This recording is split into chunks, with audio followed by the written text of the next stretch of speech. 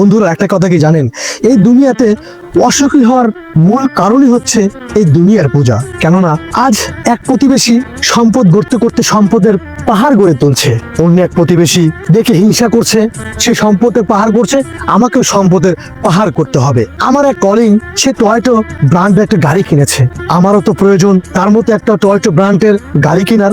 আমার এক বন্ধু একটা আইফোন কিনেছে নতুন মডেলের 17 অথবা 16, আমার তো প্রয়োজন এমন একটা আইফোন কেনার। এই অসুস্থ প্রতিযোগিতায় আমরা দিন দিন মানুষ মূল সুখ থেকে আমরা বঞ্চিত হচ্ছি, অথচ আল্লাহ তাআলা এসবের চিন্তা করতে মানা করেছেন। আমরা যদি সঠিকভাবে আল্লাহ পাকের হুকুম হাকাম মানতে পারি, আল্লাহ তাআলার দিনকে আঁকড়ে ধরতে পারি, তাহলে তো আমাদের জীবনে সুখ শান্তি অনাবিল আনন্দ ভরে উঠবে। কিন্তু আমরা এমন এক প্রতিযোগিতায় নেমে পড়েছি যা কিনা আমাদের জীবনের সুখগুলোকে একেবারে বিনষ্ট করে দিচ্ছে। এই শয়তান আমাদের ভিতরে লোভ লালসা এমন ভাবে ঢুকিয়ে দিয়েছে, দুনিয়া ছাড়া আমরা আর কিছুই বুঝতে পারছি না।